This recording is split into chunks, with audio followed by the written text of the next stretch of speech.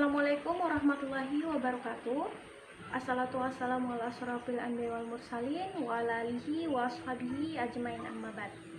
Baik, pertama-tama puji syukur atas kehadirat Allah Subhanahu wa taala yang telah memberi kita kesehatan jasmani rohani dan umur panjang sehingga kita masih bisa melakukan pembelajaran pada hari ini, walaupun pembelajaran kita ini secara daring atau online. Dengan keadaan kita seperti ini yang masih dilanda COVID-19, kita dianjurkan untuk melaksanakan pembelajaran daring ini. Ya, jadi baik, seperti biasanya kita akan melanjutkan pembelajaran kita, yaitu pembelajaran fikih.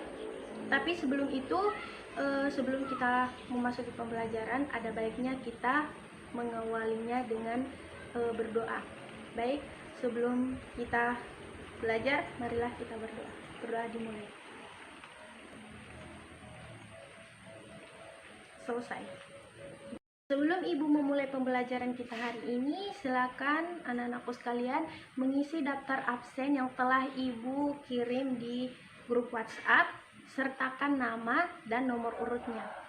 Ya, baik. Adapun tujuan pembelajaran kita hari ini, siswa dapat memahami apa itu mantuk dan maf'ul serta contoh-contohnya, dan yang lebih penting ialah untuk menambah pemahaman kita mengenai mantuk dan maf'ul. Ya, oke. Kita langsung masuk pada materi kita mengenai mantuk dan maf'ul. Baik, mantuk itu adalah lafal yang hukumnya memuat apa yang diucapkan, maknanya dia tersirat. Kemudian maf'ul adalah lafal yang hukumnya terkandung dalam mantuk. Artinya dia mantuk adalah suatu lafaz yang ditunjukkan oleh satu lafaz dengan tempat pengucapan. Sedangkan maf'ul adalah suatu yang ditunjukkan oleh suatu lafaz tidak dalam tempat pengucapan. Jadi mantuk adalah pengertian yang ditunjukkan oleh lafaz di tempat, sedangkan maf'ul ialah pengertiannya ditunjukkan oleh satu lafaz tidak dalam tempat. Seperti firman Allah Subhanahu wa taala dalam Quran surah Al-Isra ayat 23 yang artinya, maka sekali-kali jangan kamu mengatakan kepada keduanya perkataan ah. Dalam ayat tersebut terdapat pengertian mantuk dan maf'ul. Pengertian mantuk yaitu ucapan lafaz itu sendiri, berarti yang nyata. Jangan kamu melakukan perkataan yang keji kepada kedua orang tuamu. Sedangkan maf'ul yang tidak disebutkan yaitu memukul dan menyiksanya juga dilarang. Nah, yang dimaksud mantuk ini ialah perkataan yang nyata, sedangkan maf'ul ini ialah perkataan yang tidak disebutkan dalam ayat tersebut, berarti dia tidak nyata. Jadi seperti itu. Dua, yang pertama itu adalah naas. Naas yaitu suatu perkataan yang jelas dan tidak mungkin ditakwilkan lagi, seperti firman Allah Subhanahu wa taala, maka wajib berpuasa saat 3 hari. Quran surah Al-Baqarah ayat 106. Jadi naas itu suatu perkataan yang sudah jelas maksudnya secara tegas dan tidak ada kemungkinan lagi. Kemudian yang kedua yaitu zahir. Zahir yaitu suatu perkataan yang menunjukkan suatu makna, bukan yang dimaksud dan menghendakinya kepada pentakwilan, seperti firman Allah Subhanahu wa taala dalam Quran surah Ar-Rahman ayat 27 yang artinya dan tetap kekal zat Tuhanmu. Nah, zat di sini adalah zahir yang bermakna wajah. Dalam ayat ini zat ini bermakna wajah karena tidak mungkin Tuhan mempunyai wajah seperti manusia. Baik, contoh lain. Dalam Quran surah Az-Zariyat ayat 47 yang artinya dan langit yang kami bangun dengan tangan. Kalimat zahir di sini yaitu tangan yang dimaknai dengan kekuasaan, karena mustahil Allah mempunyai tangan seperti manusia. Tangan di sini dimaknai sebagai kekuasaan Allah dalam menciptakan langit. Selanjutnya pembagian maf'ul. Yang pertama adalah maf'ul muwafaqah, yaitu apabila hukum yang dipahamkan sama dengan hukum yang ditunjukkan oleh bunyi lafaz. Mafhum muwafaqah ini dibagi menjadi dua bagian. Yang pertama itu fahwal kitab, yaitu apabila yang dipahamkan lebih utama hukumnya daripada yang diucapkan, seperti memukul orang tua tidak boleh hukumnya. Sedangkan firman Allah Subhanahu wa taala yang artinya jangan kamu katakan kata-kata yang keji kepada kedua orang tua. Kata-kata yang keji ini saja tidak boleh, apalagi memukulnya. Jadi itu adalah yang dimaksud fahwal kitab.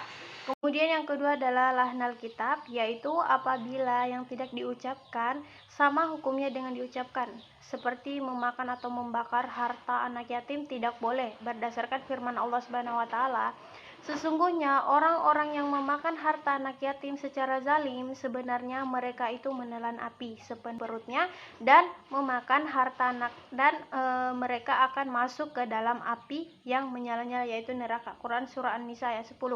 Membakar atau setiap cara yang menghabiskan harta anak yatim sama hukumnya dengan memakan harta anak tersebut, yang berarti dilarang atau haram. Jadi selanjutnya mafhum mukhalafah, yaitu pengertian yang dipahami berbeda daripada ucapan, baik dalam istinbat atau menetapkan maupun nafi atau meniadakan.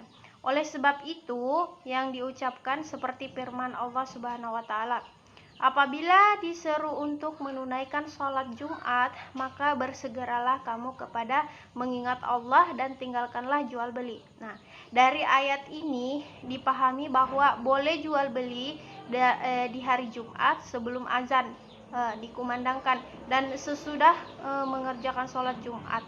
Dalil kitab ini dinamakan juga mafhum mukhalafah. Selanjutnya ada macam-macam mafhum mukhalafah. Yang pertama itu mafhum sifat, yaitu menghubungkan hukum sesuatu kepada syah atau sifatnya, seperti firman Allah Subhanahu wa taala, hendaklah bebaskan seorang budak atau hamba sahaya yang makmum. Quran Surah An-Nisa ayat 90. Ada mafhum ilat, yaitu menghubungkan hukum sesuatu menurut ilatnya. Contohnya, mengharamkan minuman keras karena memabukkan. Kemudian yang kedua adalah mafhum adat, yaitu menghubungkan hukum sesuatu kepada bilangan tertentu. Sebagai contoh dalam firman Allah Subhanahu wa taala, dan orang-orang yang menuduh wanita-wanita yang baik yang berbuat zina dan mereka tidak mendatangkan 4 orang saksi, maka deralah mereka yang menuduh itu 80 kali dera. Quran Surah An-Nur ayat 4. Jadi di dalam lafaz tersebut ada lafaz yang menghubungkan bilangan, tulis 4 orang saksi merupakan bilangan. Jadi itulah yang disebut dengan mafhum adat.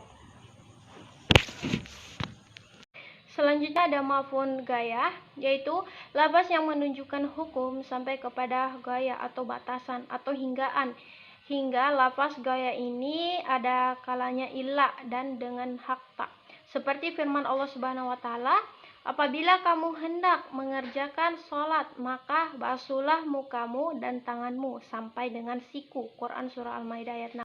Kemudian yang terakhir mafhum had, yaitu menentukan hukum dengan dikan suatu adat di antara adat-adatnya, seperti firman Allah Subhanahu wa taala yang artinya, katakanlah tiada peroleh dalam wahyu yang diwahyukan kepadaku sesuatu yang diharamkan bagi orang yang hendak memakannya, kecuali kalau makanan itu bangkai atau darah yang mengalir atau daging babi, karena sesungguhnya semua itu kotor atau binatang yang disembelih atas nama selain Allah. Itu saja saya tegas lagi, untuk pengabsenan segera dikirim di grup WhatsApp. Mungkin itu saja saya akhiri. Assalamualaikum warahmatullahi wabarakatuh.